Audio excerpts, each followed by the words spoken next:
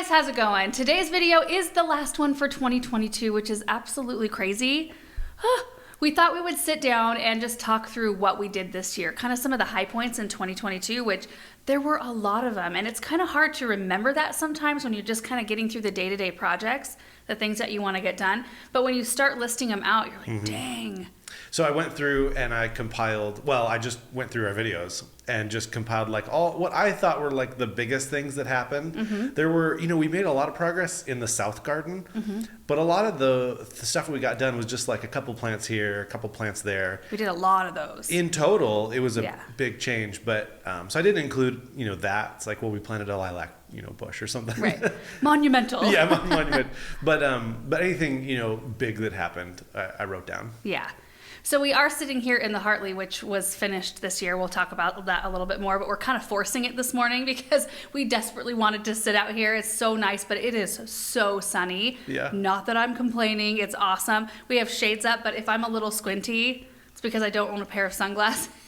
I've got my sensitive eyes over here, so I have my sunglasses on. It's nice, though, to be in here. Okay, guys, so on the list, we'll just start at the beginning of the year, which I'm noticing the first, kind of high point of the year was the very beginning of March. Winters are lots of seeds starting, and I do apologize for that because we're about ready to haul off into all of that again this year, but it's just what we're doing this time of year. So we did a lot of that, which for me, it's a high point, but March 3rd, we had our first big tree order show up. Which was huge. It was huge, 30 trees. Yeah. And they were big. I mean, there's a list here. Thank you for including that, Aaron.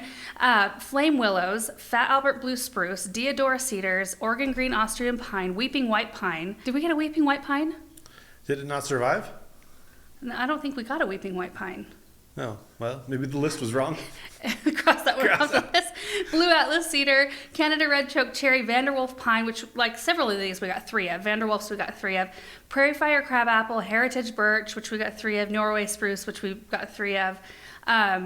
It was just an incredible load. And we had taken you, prior to the order showing up, we had taken you along for the shopping trip, which is interesting because it was off season. It was at the end of February or beginning of February, I can't remember. But it was in February.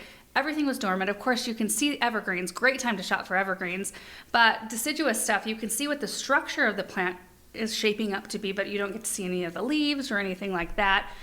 So it was really fun to see those things then arrive and then break dormancy, and most everything in that load except for the cedars. Cedars are one of those Now, what kind of cedars were they? Deodora. Cedrus deodora. Yeah. So those, 2 of them we had the root ball break when we were planting them, and so I kind of figured that those probably wouldn't survive, and they didn't. We have one left that I can see right here that actually pushed new growth, so maybe that one will survive. The blue Atlas cedar bit it pretty hard, pretty fast. And I think that one was another one that we had a couple of the root balls break, and it was our fault because they're so heavy, those B&B trees, and we were trying to use the tractor with the forklift kind of what do you call those blades? Yeah, tines. The tines maybe. We had straps around those, and we were trying to gently lower these trees in, and sometimes it would slip off the tines, and we did the best we could, but most of those, so let's see, 27 out of the 30 survived. Pretty good when you're transplanting them that big. Next date was April 19th, which was the brick patio demo. It's when Chad came and started scraping up all of those old bricks, which right now, you guys, I have a view of it right in front of me, and it's really quite interesting, and I'm almost a little thankful that we didn't get to that project because it is kind of a mud patch. Right now it's a frozen patch, but it will be a mud patch. But it's so nice to see the how we travel that space. Oh, sure. There are very definite pathways that we have walked this winter, especially from the house to the Hartley through the grass. There's a very definite path, and that is really telling. It really tells you where you should be putting your walkways because it's the natural way that you want to walk. Sure. So that kind of has made me not rethink what we're going to do here. I think what we were planning is going to work. But it's just interesting to see that. And then, if you live with a space for a while undone, sometimes it helps you to refine it a little bit before you put that final plan in place. And sometimes that's a good thing. It's a good thing to have delays, Aaron, sometimes. It's never a good thing. But it was so satisfying, don't you think, seeing all of those old crummy bricks being ripped up? Satisfying and scary for me at the same time, because I knew we didn't have a definite plan in place for what was going to go on there. And I knew it was going to sit open for a while. But it was bad the way it was. And there was, like, it wasn't a concrete layer. Was it? Yeah, it was like a plaster layer. Like a mortar. Below. Like a mortar layer below all those bricks. Anyway, it's going to be much better. Much better. Next was April 21st. We did a trench tour. Never in my life did I think I would be giving a tour of the trenches, but this area was ripped up. That, for me, that's kind of a hard moment. Because in the end, things are going to button up, and they did. The gardens around the Hartley, they're in, and, in baby form, they're looking really pretty, and we have a lot to do around this area, but those trenches, they were 4 feet deep, and they were just ripping through the property all over the place. From the side of the house, that whole sidewalk leading up to the shade porch, gone. All the way around the Hartley, and then it went back toward the Weeping Willow behind me, and then it took off and went behind the barn. It was just... It's funny you say that, because I had already mentally prepared for the trenches the second that we said yes to installing the Hartley, because I knew that was part of it. But I don't think that you had prepared yourself for what I think I romanticized the process a little bit, and I just kind of I know it needs to happen, but I just don't think about it until it's right in front of me. Right. I'm like that about a lot of things. I'm like that about any planning project. Sure. I just don't plan. You think about the nice parts, or what you're looking forward to. And then I think about what's right in front of me. And I think that I have to, because we do daily content, we do daily videos. I have to think about what's right in front of me and accomplishing that. Yeah. And so sometimes I do not have the capacity to think beyond that and think about other you're like the big idea kind of guy. And I'm like, I'm going to trudge forward every day and get my daily stuff done, and dinner done, and laundry done, and, make sure all of this stuff is done. That's good, though, because you get a ton of stuff done every day. And I think the reason you do is because you're kind of unfettered by what tomorrow will bring. And a little bit, You're just kind of head down, and you get more done in a day than anybody I've ever met in my life. Which makes me feel, I don't know about that, but it makes me, doing that day-to-day stuff and checking that off, that's huge to me, to feel like I've had a productive day. Days off where we just sit around, it doesn't happen that often, but where we just sit around and do nothing, more in the wintertime than in the summer, of course, but I don't like days like that. It doesn't feed you. No, it doesn't. It's not restful to me at all. Maybe a couple hours, one movie's worth. Yeah. And then I need to be up and going and doing something that makes me feel productive. That's why I need to start. I've been going through all my old knitting supplies. I kind of abandoned, I used to knit all the time, and I abandoned it when we had Benjamin, because I didn't want all those little supplies hanging out everywhere. And then we had Samantha, and so I haven't had my stuff out forever, and now we're getting to a point where we have 2 kids that are a little bit older. Samantha, she is easy to tell, no, you don't touch that. And she might give you a kind of a face, but she doesn't continue to do that normally, the thing that you ask her not to do. Anyway, I'm getting to a point where I can do that.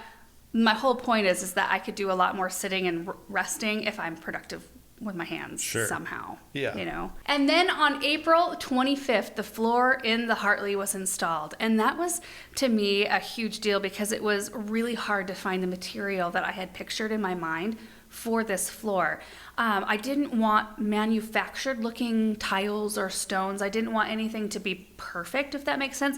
I wanted it to look older, old world, kind of rough and tumble, which this floor is, and it's a total pain to clean. So do consider that.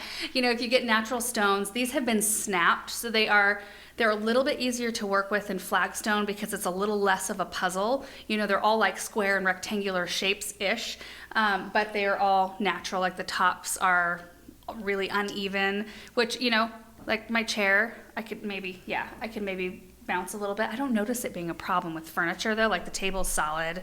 They're pretty level. It's like a slate stone floor, I feel like. If anybody's ever had a slate stone floor, to me it's the same thing.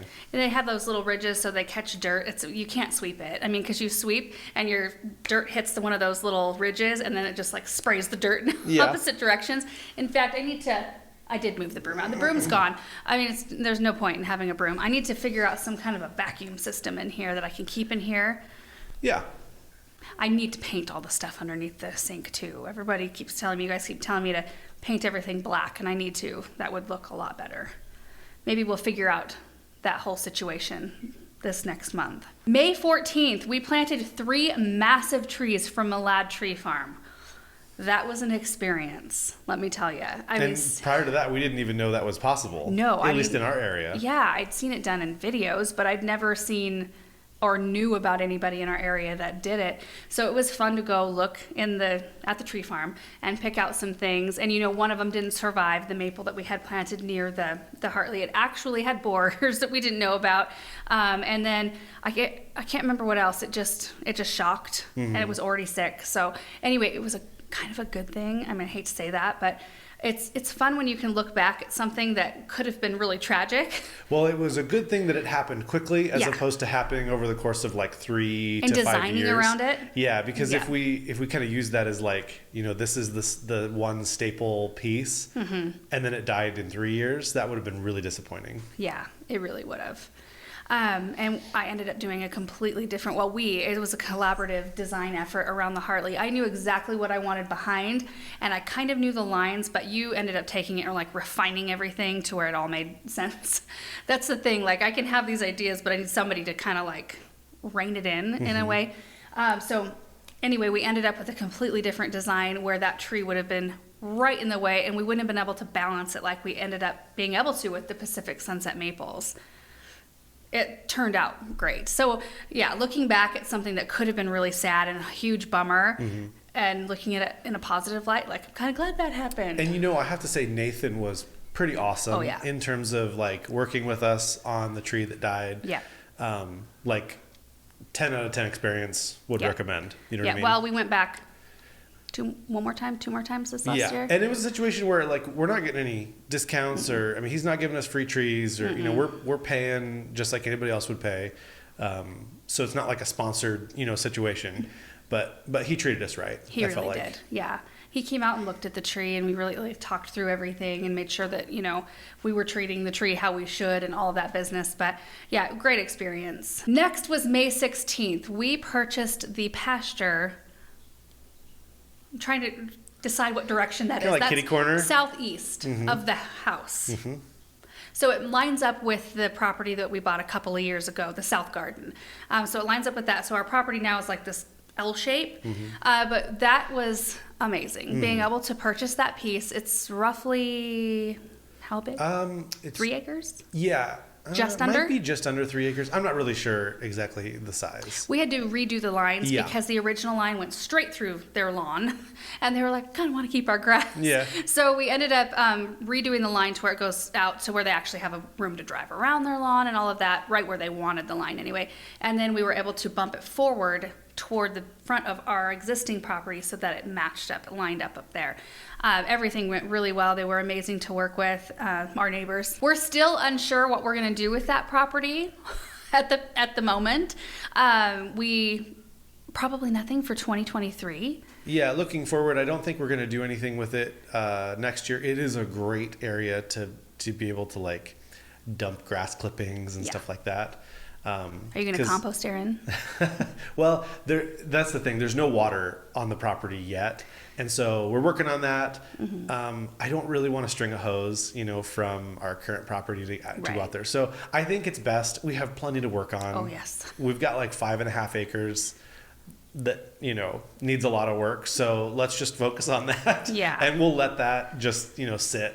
And I'm totally cool with that. The nice part about us being able to purchase that is that as we're able to buy more land around us, we're able to stop developments from popping up. Yeah. And we've talked about in videos that our area, there's so much land that could be developed. Like you can pick literally anywhere around our town and you could pretty much, put houses. So it's not as if there's, not enough land. Well, the thing is if somebody bought that and developed it, a road would go right through our original property. Yeah, too. right. In order to, that's one of the main reasons why we want to pick up a little properties around us if we can at the, the time that they're available, because in the master plan of our city, there is a road that just shoot straight through. Like it would cut right through. Well, if you guys have been watching long enough, where our old white fence was, in the front yard with the arbor up there with the paver pathway that led up to the front door, it would run right over that. Like all the stuff that was right there would be bulldozed and it would be a city street. So it's not something we really want to have happen, if possible. And I think the odds of that happening are extremely low. It's really not. We even talked to like the city planner and all of that, and he was like, they're all super nice. Yeah. And they're like, look, the city would never come through and just like ruin your property for fun. Right. But, if a developer wanted to kind of force an issue or something like that, they'd have to pay for it. So the odds are pretty low of that happening, especially with us that would purchasing make me land. want to move. Yeah. We probably at that time maybe would pack up. Would consider moving, Anyway, so that's the plan with that new property. We're just going to let it sit for a while, do its own thing, and we've got so much to work on. The north garden by the barn that we just laid waste to this last year, the whole area around the Hartley brick patio area. I've been starting to develop the west side garden with perennials. I want to focus on those sorts of things. There's areas like the 2 big flower beds that we created in the front yard, the one under the ash tree and then the one with the big fountain in it. They have really nothing in them, because we really haven't had a chance. We've been focusing on other things. So I would love just to kind of rein in the big projects a little bit and focus on some of the fluff and the stuff that makes your garden feel like a garden, And then on June 24th, that's about a month later, a lot happened between May 16th and June 24th, though. We planted at the college, which to me, that's a big project. And we did a ton of planting around here, like all of our annual containers. Are those not high points, Aaron? Well, every single one of them, in total, they equal a lot. Yeah. But every single one of them was, fairly small. Sure. So June 24th, we installed the new fountain in the front flower bed, the one I just mentioned. It's from Unique Stone. It's called the 3-tier Royal Fountain with Whispering Pool. Yes. Yeah. It's gorgeous, and it's actually covered. We typically don't cover our concrete, and I know that shortens the life of your concrete pieces, but our winters are 4 months long, and I don't want to have my stuff covered that long because it's beautiful, and I want to look out and see it covered in snow and such. But this one, Paul was monitoring the water level in there. You don't want water to be settling in the bowls of your fountains because, it can freeze and crack in the winter, and it just wasn't escaping. The hole is too high, right? I'm not sure. That's the drain hole. Drain hole. Just a skosh too high, so it allowed a little bit of water to pool at the bottom. And Paul's like, I don't feel comfortable with that. When you're washing it out, it's not that big of a deal because you always bring out your shop vac to clean up, the water that's in there. But if you're for wintertime, that's not a great thing. So it does make sense probably to cover that one. Yeah. So it actually feels good to see it all tucked in, knowing that it's going to be all clean and nice for next spring when we get ready to take that out. But it was perfect up there. It barely splatters, but it makes a really good noise. We ran a drip in there, like through the bottom where the electrical cord runs up to the pump. I drilled an extra hole in the cork, like the stopper, rubber stopper. So we ran that drip up, and that seems to... Yeah, it keeps it filled. We don't have to fill it with water. Except if we have a huge windstorm. We usually turn it off if there's a huge windstorm, but occasionally you forget. And so that's the only case I can remember having to fill it. It also shuts off at night. I've got one of those Wi-Fi plugs that you can set timers, for when you want it to come on and off. So it's off all night, which typically is when we get pretty windy. Yeah, it goes off from 10:30 or 11, and then it turns on at 6 a.m., which is kind of nice. You lose a lot less water. July 19th, I repotted a 200-year-old Christmas cactus. Was that the high point of the summer? So down at the garden center, my mom called me, and she was like, oh my goodness, we just had this Christmas cactus dropped off at the garden center, and the owner said it's over 200 years old. They want me to repot it. I was like, oh, I'll do it. I'll do it and maybe show you guys the process. And it was an interesting process. Yeah. I had to break the terracotta pot off of the root ball. One of the reasons I included that was just because it seemed like that project kind of resonated with a lot of people, and the video performed really well. So it seemed like it was a high point for a lot of the viewers. Sure. Well, it's an interesting plant. They're so breakable. I was so nervous. You did a great job, though. Oh my goodness. One, it's not my plant. 2, it's like the reputation of the garden center. Like, I want to Yeah. make sure I do a good job. 3, I don't really want to break a huge plant on video, you know. So, yeah, I just accidentally clicked on the link of it. I don't really want to watch that right now.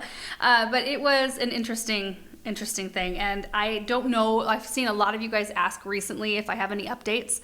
We haven't heard anything, so I guess that's no news is good news. Yeah. But I didn't really like rough the root ball up too much. I ended up putting it in a little bit of water to kind of soak it a bit, and just roughed it a tiny little.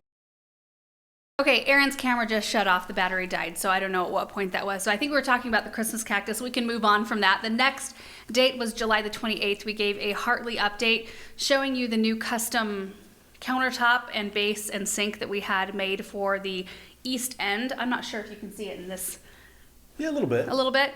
It's beautiful. It's a quartz countertop, and then the bottom I picked out specific legs in the stain color. I wanted it to be open on the bottom so I could stack pots and things underneath. And like I mentioned earlier, I do still need to pay some attention to the bottom, like painting the infrastructure stuff, the pipes and things so they don't, show up. And the bottom of the sink. Mm-hmm. I didn't even consider like the bottom of the sink would be... I don't really mind the white of the sink sticking down below. So do you think I should leave that or paint it? Well, I would probably leave that, maybe paint the other stuff first. Mm-hmm. But I really like the quartz countertop. We were told that it may yellow over time with sunlight. So we'll just kind of have to see. We keep the shades drawn in the summer. Mm-hmm. But, it'll get sun in the wintertime, certainly. So we'll have to see what happens. It's really perfect, though. I initially had all the measurements done to where the countertop would match the height of the brick wall, which I can't remember how many inches lower, but it felt so, like when we actually got down to it, it felt so awkward to have it that low. So we had it built at standard counter height, and I don't even notice like from the outside. Yeah, it doesn't bother me at all. It's pretty materials, so as long as it's pretty materials, like they just all look beautiful together, and it's been really handy to have. Now, the faucet choice, so a lot of you guys were like, oh, you missed it on the faucet. You need to have like this antique kind of like copper or bronze kind of look, or brass. I can't remember, one of those gold looking metal elements. I would love that. If somebody made one in a touch faucet, that's why I chose the faucet I have in here. I'm so used to having a touch faucet because that's what we have in the kitchen, and it's so incredibly handy that I don't regret that choice at all. And I usually have dirty hands, and so I can touch it with my arm and do my thing and touch it with my arm again, and it's just so much less mess because there's no water and drips around the handle down below. Anyway, I'm trying to think if there's any other details on that. Still don't have a garbage can in here. I need to have some kind of like a wicker or something that's pretty in here. Right now I have a cardboard box, which is not the best look. And then when it fills up, I take it and, dump it and bring the cardboard box back in here. Those little details I need to pay a little bit more attention to, but everything I think setup wise in here, I don't think I would change anything. We have had to run, is it a radiant? Is that what it's called? Floor heater in here? Yeah. On the other side, because the mini split with the heat is right behind Aaron, actually in front of me. And then the other side was staying a little too cold. So that's, and I really only think that radiant heater is needed when it dips into the single digits. Sure. Because the heat pump is having kind of a tough time keeping up, the mini split. So even that is kind of like you just get it out for us anyway. Yeah. For, a couple days. Well, yesterday it got to 45 and it was hot in here. Yeah. We were opening windows and stuff. Right. It was so warm. And today I think we're supposed to be in the 40s. And we're supposed to get a ton of moisture at the end of this week, which is great. Yeah. A bunch of rain, a little bit of snow.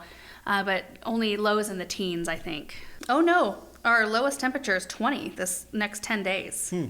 That's awesome. Yeah, today's high is 42 and sunny. It's just awesome. Makes me want to go out and plant something. Things, yeah. Bust out the auger. Yeah. On August 25th, the new Brick Walkway started to go in. So it was the Brick Walkway leading up to our back kitchen entrance. You get the stacked stone wall. It's still not completed yet. In fact, there's, those pavers, the leaning tower of pavers that was the retaining wall over there. They left 3 of them underneath some of the rocks in one spot, kind of where it curves into the fireplace. And I was like, why are those still there? They won't leave me. Yeah. Those pavers are going to forever be in my life. Now you just need to leave them as an homage to my goodness. To what was. I showed Benny 3 times, and I think he kept forgetting. But they'll be back to do the brick work here in this next spring. And so they're going to have to fortunately it's at the very end of the stacked wall. And I think if one of the guys just lifts up a little bit on the rocks, they can just pop those out and put another stone underneath. I don't think it'll be a big deal. But that really was helpful, having that brick walkway go in a lot wider than our other walkway was. Our other walkway was like 2 feet wide. And then lavender planted on the sides, which crept into the walkway, which looked pretty, but, you know, not practical. Now it's 5 feet wide, and there's stacked stone walls, which makes the appearance even wider. And you can walk, you know, side by side up, you know, or down the sidewalk to the back kitchen, and that's huge, you know, when you've got wagons and things like that you're moving around. It really opened up that area. And then the bricks also go underneath the maple tree to the driveway. And then we had to stop. You know, the end of the brick walkway is kind of like right where we park our trucks. We stopped right there because of this whole area in here. We needed to get the big tree mover truck in here, and that would have wrecked any stone or brickwork that we had done. So like everything seemed to happen how it needed to happen. Yeah. You know. Well, and we also changed our mind on what we're going to do. We're going to put brick now. Yeah. Putting brick back in where the brick was, but the brick that we've chosen that will match our other brick, and it won't be all heaved. And so we bought the stone that was going to go there, and then we changed our mind, and so we still have all the stone here, but we were so happy with that stone walkway that we put in the south garden that I think we're going to do a lot more stone walkways. So over the next couple of years, we have a good amount of that stone, so we can just put in a walkway anywhere we want, a flagstone walkway. And I think my sister and her husband might come and get some of the stone too to create a walkway down their new house. We've got about 10 pallets of it, I think. They said they wanted one of them. And honestly, when you put in those stone walkways, it eats it up. It eats up pallets pretty quick. And it's thick. Like, we chose thicker stone because it just lasts so much longer, and it doesn't like slough and crack and that sort of thing. On September the 22nd, we planted the maples in the big lawn. So up front, we decided to go with autumn blaze maples, which line the lane leading up to our house if you continue to go straight, but when you turn left and kind of go around the big lawn, we were undecided on what we wanted to do in the grass area. You wanted to continue. We were undecided. I was undecided because I was thinking, well, maybe we'll carve out some bigger, more irregular flower beds so it doesn't look like so formal down that way. But I think in the end, I think having the formality and having it continue on is a good thing. Yeah. And we can pop more trees in the center later on, or, you know, further in, just to kind of give it a little bit more dimension instead of just, you know, only trees along the outside. But you stand and look at those and think about what it's going to look like when those have huge canopies. And I want to be careful with those trees. I want to make sure that we limb them up properly. I really dislike deciduous trees that have branches too low that you can't walk underneath. I like tall trees that have been limbed up, you know, maybe as much as like 8 to 10 feet. And you can see under, like, it still allows you to have a view too. Yeah, I like it when you can see underneath. And also, I think autumn blaze can have the tendency to, I think they call it witch broom, where they kind of send out a lot of branches with it kind of just looks like a witch's broom, like inside the tree. Like a lot of suckers and water sprout kind of looking things. Yeah. So I want to spend a lot of time pruning stuff like that out too, to try to open structure. Yeah, open it up and just not have that happen. Yeah. Well, that's going to be, you'll have your work cut out for you, because we have like, I don't know, 36 or something of those. Yeah, it'll be a lot of work. Yeah, we ended up having to remove one from the lane. I think I maybe showed you guys in a video, but we had to have that one popped up, and we moved that over into the south garden somewhere so that we could open up the entrance to the new pasture area. But overall, I mean, those were just, they did great this year. I mean, they didn't really color up along the east lane. They colored up beautifully, the new ones, those that we planted. In fact, I have a picture like from the west side. You can see underneath the red points, and you can see these little balls of red along the road. Really, really pretty. On October 14th, we started messing around with the bricks behind the Hartley, kind of lining out how we wanted those beds to look, and we started the tear out in the north garden. And that, I think I drug my feet the most on that project of any other project. No. Well, just because we have had so much torn up, and I don't like living in torn up, and it seems like it was taking forever to get anything done, which again is not a bad thing in hindsight because of how everything kind of happened the way it needed to happen. I just like the little triangle garden in the driveway with the fountain and the arbor. I always loved that, but we struggled hard with the boxwoods in that area, and they really looked crummy. We needed to tear out at least the ones along the east side that came along the east side, and then they turned and came toward the arbor. I mean, there was just dead everywhere in those. So we needed to tear those out anyway. The ones in the very front, there were several pockets that were starting to die out, and I just thought, in the end, like, we can move the fountain and the arbor, we can put them back exactly the way it is if we decide to go that way, but we need to start with new boxwoods anyway. The hardest part, though, was the big circular formation of boxwoods in the north garden, which was this total clunky, like, in the way design of boxwoods, but it was like the nicest boxwoods on our property. And they were just, it was beautiful in and of itself. It was like, I remember like standing back there taking pictures. I'd share a picture of that area every once in a while. The thing I liked about that space is that it was like no maintenance back there, but there was no reason to ever go back there. It was a completely unused space. Right now, there's just a bunch of evergreens back there, and it's still no maintenance. Right, exactly. So, well, I think even now it'll feel more a part of the garden. Before, with the fence there, it just made it this separate space. Like, you couldn't really see exactly what was going on back there, yet there was no reason to go back there. And that's kind of a shame. You want it to make your space feel like it's an area that you want to be in and use all of the areas.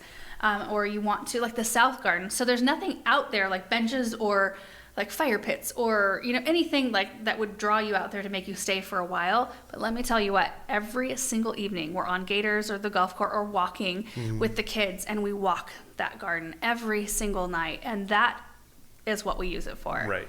It's just this space that we can go out and enjoy. I mean, we're going to add some more seating out there this year, so there'll be places to actually sit and enjoy it.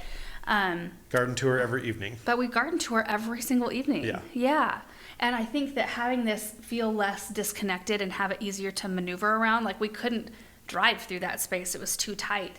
Having it work for the way we use it, it's just going to be way better in the end. But as far as the bricks behind the Hartley, I love how it ended up turning out. So the brick border around those 4 quadrants, and they're kind of square, but we had it circled up in the center. So we'll probably put a fountain, maybe a big container of some kind. It kind of depends on what we end up doing in this brick area.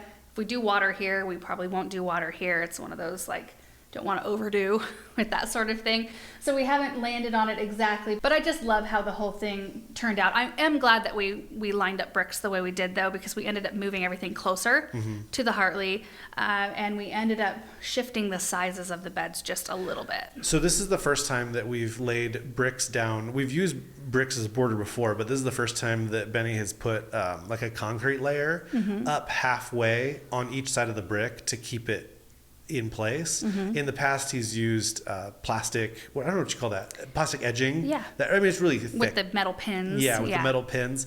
And he said that over the years, it's not within the first 2, 3, 4 years, it's like later on down the road, he's noticed that those pins want to come up, the ground kind of heaves, and it just doesn't stay in place long term. Sure. It's fine for a couple of years, but that's about it. He also told me, he's like, I don't really want to put plastic around this structure. Like, I want things to be really pretty, and I don't want you to see the structure, the bone structure or the practical side of all of it, holding it together.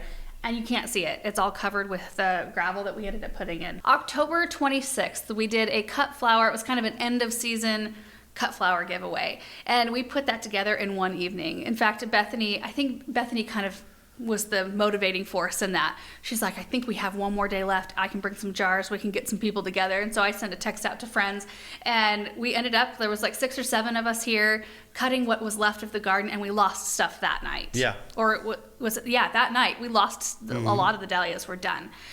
So that was just so fun because we weren't able to get it together earlier on. We had a lot of things going on. And the cut flower garden, like, I can't even believe I haven't talked about it yet until this point. It was an amazing season. I mean, huge harvests out there, huge baskets and baskets full of peppers and beans, and tomatoes were a little bit of an iffy year, but still had plenty for us, like way more than enough for us. Potatoes were amazing. Onions were huge. I mean, the biggest onion harvest I've ever had. And then tons of flowers. It was a great year out there. 2 individual butternut squash plants, 62 butternut squash. I mean, it was a great great year. The seascape strawberries, every day, huge, big handfuls of Oh, the kids loved strawberries. Yeah. So it was a great year. You know, a lot of the grass went in around there. That's huge. So the grass around the whole perimeter and the grass up the center, it's the only thing we have left is the pathway right in front of the cut flower shed. But we also planted the grass in the orchard, which looks awesome. We also planted a bunch of bulbs in there. So, I mean, the whole cut flower garden was just amazing this year. Of course, we learn more every year, and I do want to focus a little bit more on adding in maybe like one quadrant of the space be all perennial flowers. I haven't planned that out super great yet though, because I've got perennials kind of everywhere in there, but it would be nice to have like a row of echinacea, row of rudbeckia, those things that last forever in a vase that are really reliable at coming back, delphiniums, foxglove, some of those things, like maybe a row of roses, like some really beautiful roses out there, just for cutting, not necessarily for just being out in the garden. Anyway, I don't remember how many bouquets we gave away, but like almost 100 or over 100, something like that. We went to an assisted living place here locally, and we gave away a whole bunch there, and then we set up down at the garden center and gave away the rest there. I mean, it took like 15 minutes. Yeah. And the flowers were gone. I think this next year, I would love to organize some kind of like a bi-weekly, like just a standing date, and then just have that and have my friends and family who I usually have come in to help with that know about the dates, like publish a calendar. Sure. Just say these are the dates that we're going to plan to be cutting. Whoever can make it, come if you have empty jars from like, you know, applesauce or whatever. If you clean them and bring them with you, we'll just plan to do that more often so that, you know, the more you cut, the more productive your space is. That is a goal for this next year. October 27th, we planted the Pacific Sunset Maples, the 4 that are kind of on the corners of the Hartley. They were, when we walked the tree yard at Jaker, do you remember? Like, we kept looking at those trees. They looked the best. They have the deepest, darkest green leaves, and I think that was what drew us to them. Yeah. Also, they're like limbed up the way you like to start with. Well, and they're going to need to stay limbed up because of, you know, you want the Hartley to shine. But you also want shade here in our area. Like they always tell you to put your greenhouse in a sunny spot, and I'm like, no, maybe our plastic one where we can drape some black shade cloth on it, but this one, holy moly, no, it needs to be shaded in our area for sure. It just gets so blooming hot here. Yeah. Oh, geez. That added a lot of structure, adding those trees, the 4 especially around. And then right about the same time, all of the trees in the back north garden were installed. So I want to count how many. We already had a whole bunch from that first Jaker load that we planted back there. But we had 1, 2, 3, 4, 5, 6, 7, 8. 8 large trees from a Lad Tree Farm popped in back there. And then 3 in the south garden? 2, just 2, I think, right? The 2 Norways. There's 1 in the front corner. Is that right? I think it's just 2 up front. Yeah. The 2 up front, That was really fun, being able to get more really big trees and have them come transplant. And this is really the time, because we wanted to, in the north garden, we wanted to put them around the fence line. And if we do anything else in front of that, you're not going to be able to get a big truck in. Right. So like this is our chance to get something big in before you lose it. And I think that's all we can really fit back there in terms of big trees, because those things will continue to grow, hopefully continue to grow and get big and bulky. And we do want to add more deciduous things in as well. You know, we do have a couple birch back there. There's the Sensation Box Elder. I have a crabapple, heptacodium. There are some things already back there, but we're going to continue to amp up the amount of diversity back there, because I want there to be spring blooms. I want there to be summer color. I want there to be beautiful winter interest. In fact, you know, like Aaron, right in between that green pine and the blue spruce, a flame willow would be beautiful right there. I think we need one more evergreen right there. You think so? Yeah. Well, maybe. Maybe we have room for one more, but probably not a great big one. You can see the hills, though, from here. I mean, we're going to block that off. You can also see the freeway. In the distance, you can see like little itty-bitty cars on the freeway. But if you look past that, you can see the snow-covered mountains right now, which is really beautiful. And then a day or 2 after we got done with that, we planted all the boxwoods. That was a push. Whew. Yeah. I like, do you remember the auger back here? So the furthest quadrant back behind the Hartley. I don't know what was up with the soil back there. It was solid. It was. Oh my goodness. But we got them in, and then the rocks came. Yeah. Right as we were doing that, and then the mulch came. Mm-hmm. Well, I think the mulch was already here. So I was still planting boxwoods, and then you started in on mulch spreading, and I think you went in and you were watching the kids while I finished up some mulch that evening. I don't know. We were kind of back and forth. The mulch was such a chef's kiss to the whole area. Yeah, it really was. I mean, and it's thick. Yeah, it is. We put a great big layer of it's compost. It's not mulch. It's just aged compost. It's a compost we're using it's a forested compost. So it's kind of like a mulch, kind of like a compost. It's beautiful, and it doesn't gray out. Like a lot of mulches and compost, if you use them as a top dress when they're exposed to sun day in and day out, they gray out and get kind of lighter. This stuff is maintained pretty well. It does really well. Plus, we're adding good stuff into the soil. It's just a good thing all the way around. But and then right after we got done with the boxwoods, because that was like close to Halloween, I remember on the day of Halloween, I was out here planting bulbs. I kind of forget that we have hundreds and hundreds of bulbs planted around this Hartley. It's going to be beautiful in spring. It's going to be gorgeous. Oh, that just made me have butterflies a little bit in my stomach. I'm excited. I forgot. Like, you just forget about all those things that happen. Oh. So that was really kind of like the defining moment where the Hartley area was done in terms of like we're not waiting on any other crew to come do anything around the immediate space. Everything that we do from here we can just do ourselves, except the sprinklers and the grass in front. We'll kind of carve out the flower beds where we want, and then we'll have the sprinklers kind of reworked in that space to where it fits the grass. But that's not like a major that's not a major like bulldozing and trenching. That's just tapping into the system and moving the sprinkler here and there to fix it. And then we do need to figure out, I do think we're going to pull the pallet walkway around the chicken coop. Don't worry, we'll put a pallet walkway somewhere else where it fits. I think right around the Hartley, putting more of the flagstone that matches the stone in here is a little bit more fitting. And I think a place out in the south garden, having a little pallet walkway running around and maybe putting in that pondless waterfall again. I think that's a perfect fit around maybe one of the big evergreens that we put in out there, having a little bit more of a natural woodsy feel. But it was time to kind of replace those boards anyway. We've had a long run with those, like 5 years. Yeah. With those pallet boards. Pretty good for a $75 project. Yeah. And it really was a beautiful spot, there for a little while. Anyway, I'm so happy with this whole space. To me, adding the containers at the corners was big too. Oh, sure. We moved those big pots from the south garden. We just popped them over there because they were in the way on the east fence line. We moved them out to the south garden. I planted them up this summer.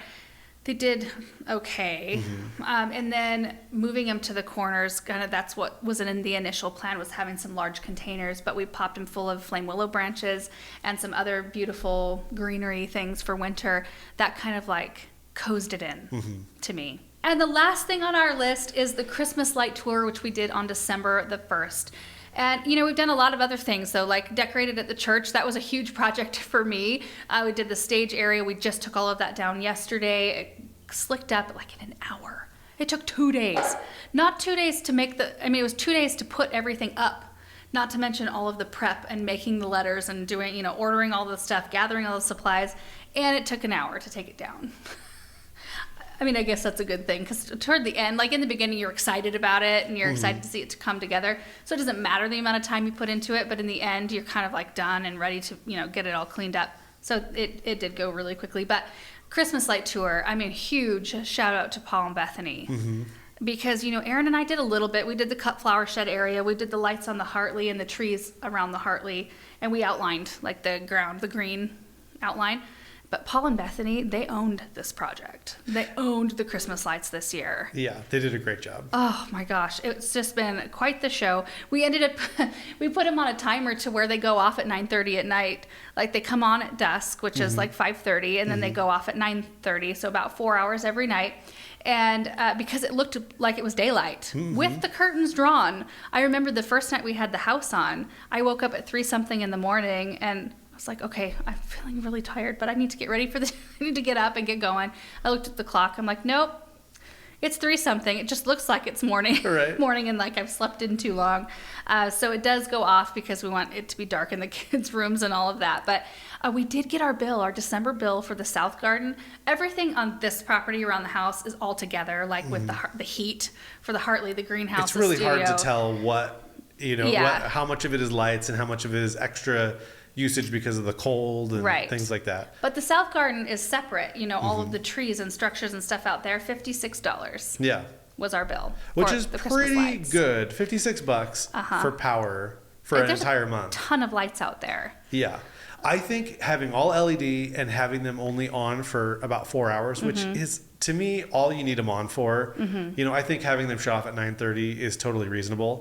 It's not that expensive. It's not as expensive as a lot of people might think it is. I thought that was really awesome to see that very compartmentalized. Yeah. Because that's all that we're running over there. Minus, we do run the cut flower shed lights, the carriage lights right out front, and the chandelier. I have those on all the time. Yeah. So those are the only things though running out there. So really for this side, I'd be really surprised if it cost more than, $100 a month for all the lights on this side. Because that's more space. It's 3 acres out there. Yeah, 3.5 and lots of acres stuff lit. and only 1.8 acres here. And I do think there are more lights on this side, but I don't think there's more than double. No. So I'd be really surprised if it was over 100. So, I mean, if it was between $150 and $200 to run the lights, energy cost to run the lights, that's pretty low. For a huge display like that, I Yeah. think that's really reasonable. Yeah. And I'm actually excited for next year's lights. Yeah. We have different ideas on what we might do. It's going to look completely different, but I think it's going to be really fun. And we might change our, who knows? It's a Yeah. whole year away from now. Well, 11 months, actually 10 months before we start putting lights up again. Yeah, Isn't that right. nuts? Yeah. We start early because, Paul puts all the lights on the house, and we don't want him putting lights on the house if it's slick or wet or any of that stuff. So oftentimes, if we can get that project done in October, that's like the most dangerous. I think, part I've of always it. tried to get the lights on pre-Paul. I've tried to get them on before Halloween. Because if you can get it done before Halloween, you know that your roof is not going to be slick. You're not going Right. to fall off. Yeah. And that is the last thing on my list for 2022. There's a lot of things that also went on.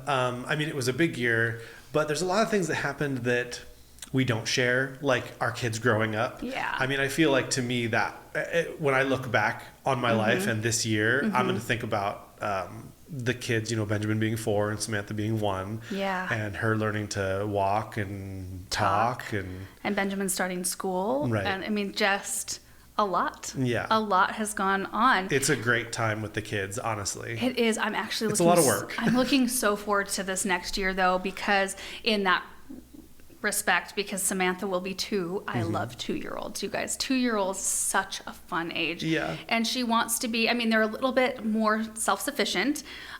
They understand more. You can communicate more with them.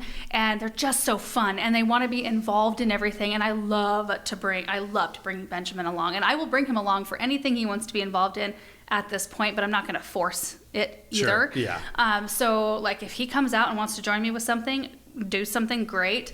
If he doesn't, he can go do his own thing. And Samantha though, she, like when I'm cooking dinner, I'll hear her say, "Oh, cook." Yeah. And then I'll hear, "Arr," and she's like pushing a kitchen chair across the kitchen floor or a dining chair across the kitchen floor. And she'll put it right up to the counter and climb up and want to be involved in what you're doing. Baby turn. Yeah, baby's turn. She'll say Yeah. baby turn, or try. Yeah. Try. And that's fun. And I'm excited for that outside because she, you guys know, she loves dirt. She Yeah. wants to eat all the dirt and be in all the dirt. She's going to be so fun this next year because I won't have to worry so much about, is she going to trip and fall? She's a kid. She'll probably still trip and fall, but not like a 1-year-old does. Right. So I think it's going to be a little bit more relaxed in that regard. And it's just fun. Like she helped me undecorate one of the Christmas trees yesterday and she was helpful. You can ask her, "Can you hand me that?" Or can you, and she does that. And she also understands when you tell her not to do something. She'll still like side eye you and like, "Look, I'm going to touch the ornament. What are you going to do about it?" Yeah. Kind of a thing. Well, she's testing. Yesterday, or maybe it was the day before, she had some chocolate, which she calls chocolate. And she had already had a couple, but it was Christmas, and we were like, oh, that's fine. Yeah. But I said, okay, no more chocolate. And so she kind of looked at me, and she just like walked around, so where I couldn't see her. I knew exactly what she was doing, so I had to go and I waited until she actually was putting it to her mouth, and then of course she was like, bah, her fits though. I mean, if you can call them that, they're like silent. They're silent, Yeah. and she'll just lay on the ground with her face on the ground. Yeah, silent with protest. her arms to the side just for a second. Yeah. And we're just like, okay, you do your thing, and she just gets over it. It's like Right. how she deals with her emotions. Right. Which is so much better than like she's never really had a full-on screaming, neither of our kids have, full-on No. screaming fits about anything. Thankfully. But the way they handle their emotions is really, really funny. With Benjamin, we tell him if he gets upset, we tell him, like, you can go upstairs to your bedroom. Yeah. And you can, deal Your with... bedroom is a great place to cry it out if you need to. To cry it out, but you can't do that down here with everybody else. Right. If, you need to talk about it, we can talk about it. Yeah. But it's rare, Yeah, right. It's so rare. Well, and he Thankful doesn't for want that. to. It's a show, and he doesn't want to cry in his room by himself because he doesn't need to cry. Because he's not getting anywhere. Because he's not getting anywhere with right? it. So he's like, well, fine. I guess I'm fine. I'll get over it really fast then. Anyway, like I said, I think this is our last video for 2022. Like, for real. Like, wow. Yeah. I don't even think so. We do plan on doing a recap video that will go up on New Year's Day, which is Sunday.